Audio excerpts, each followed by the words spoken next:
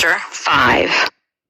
Moisture from the night's rain hung on the tree leaves, clung in globules to Wrench's sweating body. He lay on a wide branch, trying to control the heavy panting which supplied his laboring lungs. And he could still hear the echoes of the startled cries which had come from the men who had threaded through the woods to the up-pointed tail fins of the LB. Now he tried to reason why he had run. They were his own kind. They would take him out of the loneliness of a world heretofore empty of his species. But that tall man, the one who had led the party into the irregular clearing about the lifeboat. Wrench shivered, dug his nails into the wood on which he lay. At the sight of that man, dream and reality had crashed together, sending him into panic-stricken flight. That was the man from the room, the man with the cup. As his heart quieted, he began to think more coherently. First, he had not been able to find the strong jaw's den. Then the marks on the ground at the point from which he had fallen and the LB were here, just as he remembered. But not far from the small ship, he had discovered something more. A campsite with a shelter fashioned out of spalls and vines, containing possessions a castaway might have accumulated. That man would come, Wrench was sure of that, but he was too spent to struggle on. No, the answer to every part of the puzzle lay with that man. To go back to the ship clearing was to risk capture, but he had to know. Wrench looked with more attention at his present surroundings. Deep mold under the trees here would hold tracks. There might just be another way to move. He eyed the spread of limbs on a neighbor tree. His journey through those heights was awkward, and he sweated and cringed when he disturbed vocal treetop dwellers. He was also to discover that close to the site of the LB crash, others waited. He huddled against the bole of a tree when he made out the curve of a round bulk holding tight to the tree trunk aloft.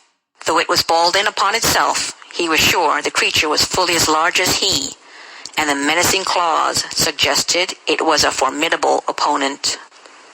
When it made no move to follow him, Wrench began to hope it had only been defending its own hiding place, for its present attitude suggested concealment. Still facing that featureless blob in the tree, the man retreated, alert for the first sign of advance on the part of the creature above. None came, and he dared to slip around the bole of the tree under which he stood, listening intently for any corresponding movement overhead. Now he was facing that survivor's camp. Another object crouched in the dark of the lean-to shelter, just as its fellow was on sentry duty in the tree. Only this one did not have the self-color of the foliage to disguise it. Four-limbed, its long forearms curved about its bent knees, its general outline almost that of a human. If a human went clothed in a thick fuzz, the head hunched right against the shoulders as if the neck were very short, or totally lacking, was pear-shaped, with a longer end to the back, and the sense organs of eyes and nose squeezed together on the lower quarter of the rounded portion, with a line of wide mouth to split the blunt round of the muzzle. Dark pits for eyes showed no pupil, iris, or cornea. The nose was a black, perfectly rounded tube jutting an inch or so beyond the cheek surface. Grotesque, alien, and terrifying, it made no hostile move. And since it had not turned its head, he could not be sure it had even sighted him. But it knew he was there. He was certain of that, and was waiting. For what? As the long seconds crawled by, Wrench began to believe that it was not waiting for him. Heartened, he pulled at the vine loop, climbed back into the tree. Minutes later, he discovered that there were more than two of the beasts waiting quietly about the camp, and that their sentry line ran between him and the clearing of the LB. He withdrew farther into the wood, intent upon finding a detour which would bring him out into the open lands. Now he wanted to join forces with his own kind, whether those men were potential enemies or not. As time passed, the beasts closed about the clearing of the camp. Afternoon was fading into evening when he reached a point several miles downstream near the river.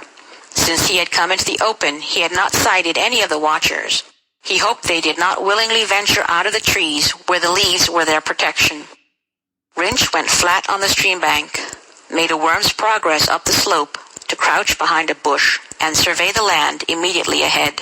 There stood an off-world spacer, fins down, nose skyward, and grouped not too far from its landing ramp, a collection of bubble tents. A fire burned in their midst, and men were moving about it. Now that he was free from the wood and its watchers, and had come so near to his goal, Wrench was curiously reluctant to do the sensible thing, to rise out of concealment and walk up to that fire, to claim rescue by his own kind. The man he sought stood by the fire, shrugging his arms into a webbing harness which brought a box against his chest. Having made that fast, he picked up a needler by its sling. By their gestures, the others were arguing with him, but he shook his head, came on, to be a shadow stalking among other shadows. One of the men trailed him, but as they reached a post planted a little beyond the bubble tents, he stopped, allowed the explorer to advance alone into the dark. Wrench went to cover under a bush. The man was heading to the stream bed. Had they somehow learned of his own presence nearby? Were they out to find him? But the preparations the tall man had made seemed more suited to going on patrol. The Watchers. Was the other out to spy on them? That idea made sense. And in the meantime, he would let the other past him, follow along behind until he was far enough from the camp so that his friends could not interfere. Then they would have a meeting. Wrench's fingers balled into fists. He would find out what was real, what was a dream in this crazy, mixed-up mind of his. That other would know and would tell him the truth. Alert as he was, he lost sight of the stranger who melted into the dusky cover of the shadows. Then came a quiet ripple of water close to his own hiding place. The man from the spacer camp was using the stream as his road.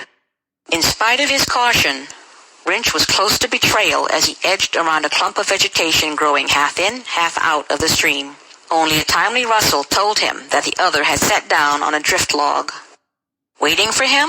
Wrench froze, so startled that he could not think clearly for a second. Then he noted that the outline of the other's body was visible, growing brighter by the moment. Minute particles of pale greenish radiance were gathering about the other. The dark shadow of an arm flapped. The radiance swirled, broke again into pinpoint sparks. Wrench glanced down at his own body.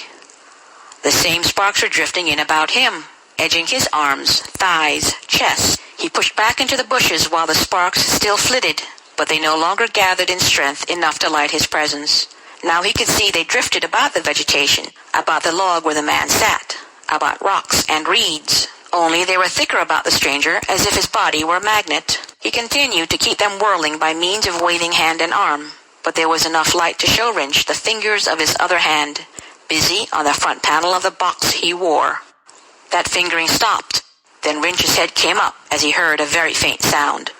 Not a beast's cry. Or was it? Again, those fingers moved on the panel. Was the other sending a message by that means? Wrench watched him check the webbing, count the equipment at his belt, settled a needler in the crook of his arm. Then the stranger left the stream, headed towards the woods. Wrench jumped to his feet, a cry of warning shaping, but not to be uttered. He padded after the other. There was plenty of time to stop the man before he reached the danger which might lurk under the trees. However, the other was as wary of that dark as if he suspected what might lie in wait there. He angled along northward, avoiding clumps of scattered brush, keeping in the open where Wrench dared not tail him too closely. Their course, parallel to the woods, brought them at last to a second stream, the size of a river, into which the first creek emptied. Here the other settled down between two rocks with every indication of remaining there for a period. Thankfully, Wrench found his own lurking place from which he could keep the other in sight. The light points gathered, hung in a small luminous cloud over the rocks, but Wrench had prudently withdrawn under a bush, and the scent of its aromatic leaves must have discouraged the sparks, for no such crown came to his sentry post. Drugged with fatigue, the younger man slept, awaking to a full day, a fog of bewilderment and disorientation. To open his eyes to this blue-green pocket instead of to four dirty walls was wrong. Remembering, he started up and slunk down the slope, angry at his failure. He found the other's track, not turning back as he had half feared, cleanly printed on level spots of wet earth. Eastward now. What was the purpose of the other's expedition? Was he going to use the open cut through which the river ran as a way of penetrating the wooded country? Now Wrench considered the problem from his own angle. The man from the spacer had made no effort to conceal his trail. In fact, it would almost seem that he had deliberately gone out of his way to leave boot prints on favorable stretches of ground. Did he guess that Wrench lurked behind? Was now leading him on for some purpose of his own? Or were those traces left to guide another party from the camp? To advance openly up the stream bed was to invite discovery. Wrench surveyed the nearer bank. Clumps of small trees and high-growing bushes dotted that expanse, an ideal cover. He was hardly out of sight of the bush which had sheltered him when he heard the coughing roar of a water cat, and the feline was attacking an enemy, enraged to the pitch of vocal frenzy. Wrench ran a zigzag course from one clump of bush to the next. That sound of snarling, spitting hate ended in mid-cry as Wrench crawled to the riverbank. The man from the spacer camp had been the focus of a three-prong attack from a female and her cubs. 3 red bodies were flat and still on the gravel as the off-worlder leaned back against a rock, breathing heavily. As Wrench sighted him, he stooped to recover the needler he had dropped, lurched away from the rock towards the water, and so blundered straight into another jumalan trap. His unsteady foot advancing for another step came down on a slippery surface, and he fell forward as his legs were engulfed in the trap burrow of a strong jaws. With a startled cry, the man dropped the needler again, clawed at the ground about him. Already he was buried to his knees, then his mid-thighs in the artificial quicksand, but he had not lost his head, and was jerking from side to side in an effort to pull free.